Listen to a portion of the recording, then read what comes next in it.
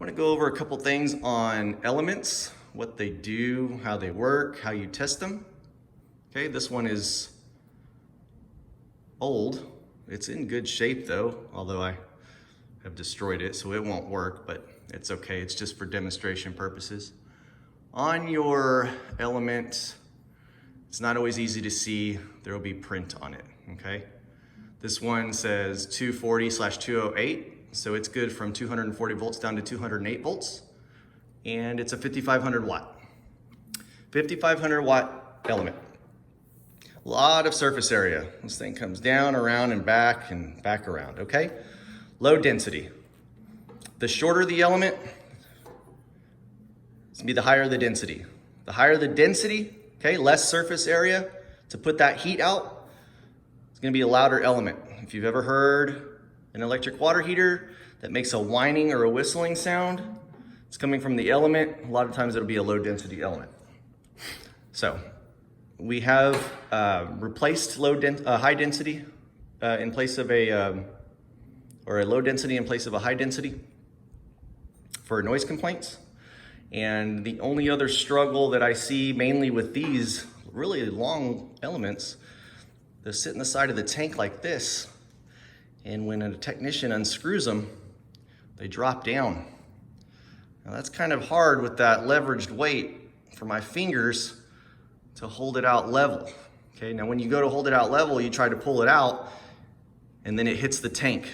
And when it hits the tank, they'll yank on it and it'll bend this out, making it almost impossible to get out. What I like to do if that happens, or even if it's just giving you trouble, is I'll use a long, skinny flathead screwdriver to wedge in between here and the tank as I'm pulling it out, and I'll push down on the screwdriver and I'll wiggle that thing out of there. Okay, if you get this thing to where it's bent and just distorted so much that it's not gonna come out, you'll have to just force it out. You can rip them out and mangle it up, but it'll come out. So hopefully that doesn't happen. If it does, try to use the screwdriver trick. If not, a little bit of brute force will work. Okay, let's talk about what this thing is made of. This is just a regular copper element. They come in stainless steel, titanium. On the inside of the element is the filament. And you can see right in the inside there, it is a small coiled resistor wire. You can kind of see that there. It's not just a little section of it. There we go.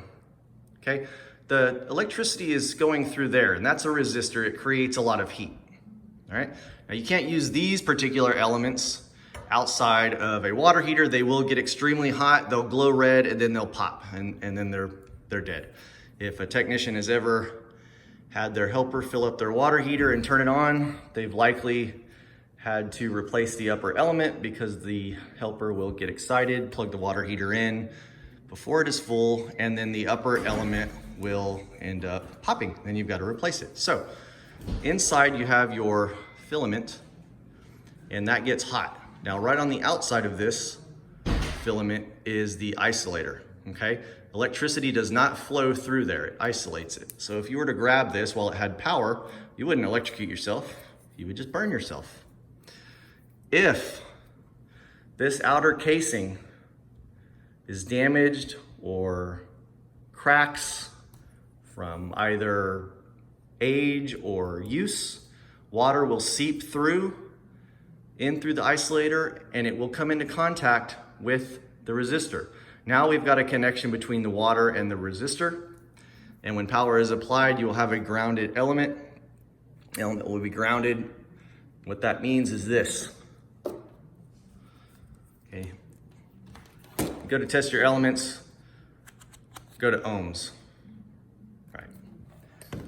Now, when we have a working element, we are going to put our tips on each screw and see what it says. This one is not connected because I've cut it apart. So look, no continuity on this element. If this were in a water heater, we would say, well, it's bad, so we'll just go ahead and take it out. So let's see if I can test it from here. There we go. See how it kind of jumps around a lot? That's so normal. We're getting 5.2 right at that point. Let's test on the other screw.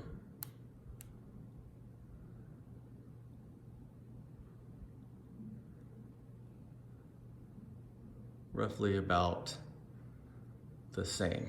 Okay, now how we figure out what our element, if we don't have a chart, we would take a calculator. We can find our values out. Let me just show you this real quick. This is a 5,500 watt element, 5,500. Say we've got 240 volts going to it, 240. That equals 22.9. That's the amperage that it's gonna pull. This element will pull 22.9 amps. We can call it 23.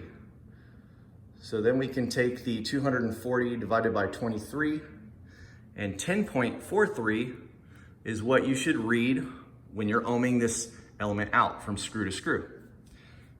Now you'll be pretty close. It's not always gonna be exact, but if you're within a couple of ohms on the range, you're typically okay. Let's talk about a grounded element though, real quick. We're having some problems. Now remember, the upper element only comes on when you first start the water heater up or under high demand where the top of the tank has gotten cold because of high use or high demand, or maybe there's a leak, we don't know. Once that upper part of the tank cools off, this element is gonna be told to kick on, okay? And then the lower one will sit and wait. Once the top element and the top thermostat is satisfied, power will be supplied down to the lower element, and the lower element will be the workhorse of the water heater to maintain the temperature. Heats up at the bottom, and then your heat rises, and it'll just stay that way as you use the water heater or as it just sits in standby mode. On a grounded element, this is always important to check. You have your ohms here. You're going to take right here, and I may have forgotten to mention this, okay, when we're testing the ohms on the element, it's gonna be disconnected, right? We're not gonna have power to the water heater. We're not gonna have wires connected to this element. I'm gonna put one there, and then we'll test right here. Okay, and we'll see if we see anything. And then we can do, doesn't matter, black or red, right there. And we'll see if it's grounded. We're getting something.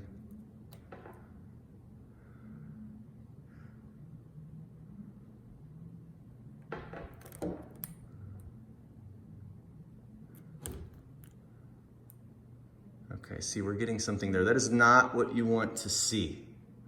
You want to get the proper ohm reading from this screw to this screw. You do not want to get an ohm reading from the screw to the side of the fitting on the element or the tank. And that's it. Now remember, if you got to replace it, just be careful when you take it out. Using the appropriate screw or the appropriate wrench to get it out also helps. They do make sockets for these. They make also the cheaper version of it. You can get it at any box store. It'll typically work 1 or 2 times, and then it might strip out. So that's it on the elements. I hope that helps.